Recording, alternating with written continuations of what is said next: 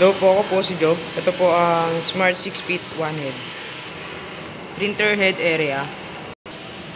Tapping. Head clean.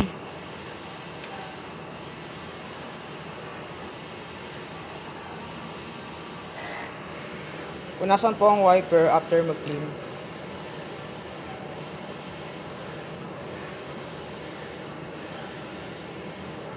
Pati na rin po sa copy.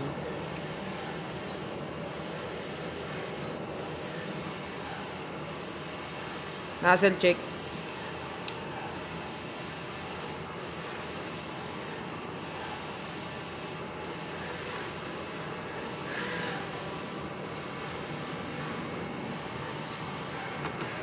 Ito ang ink tank.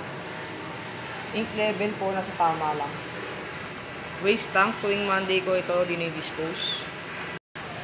ADR, ICC profile.